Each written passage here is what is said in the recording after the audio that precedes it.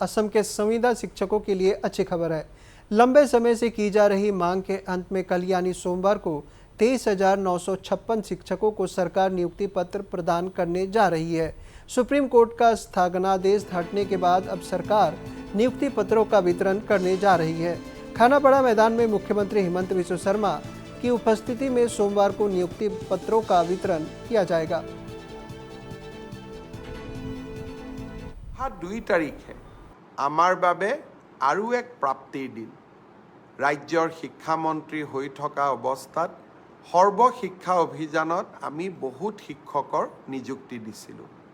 প্ৰায় ৩৫,০০০ শিক্ষকে এতিয়াও সৰ্বশিক্ষা অভিযানত কাম কৰে। বহু সময়ত বহু লোকে প্ৰশ্ন কৰিছিল এওঁলোকৰ চাকৰি নাথাকিব, এওঁলোকৰ চাকৰি গুচি যাব। 2011-12 চনৰ পৰাই এনেকুৱা বিতৰ্কই আমাৰ সমাজ জীৱনখনক আক্ৰান্ত কৰি আহিছিলে। অহা 2 তাৰিখে আমি যোগ্য বুলি বিবেচিত প্ৰায় 24,000 শিক্ষকক চৰকাৰৰ আওতালৈ আনিম। অৰ্থাৎ এওঁলোক এতিয়াৰ পৰা চৰকাৰী শিক্ষক হ'ব। NPSৰ ব্যৱস্থা থাকিব আৰু ফেমিলি কম্পে কোনোবা শিক্ষক যদি অকালতে মৃত্যু হয় পৰিয়ালটোৱে পূৰ্ণ দৰমহা পাব, পেঞ্চনৰ ব্যৱস্থা হ'ব। এটা তেওঁলোকে জীৱনত নতুন নিৰাপত্তা পাব।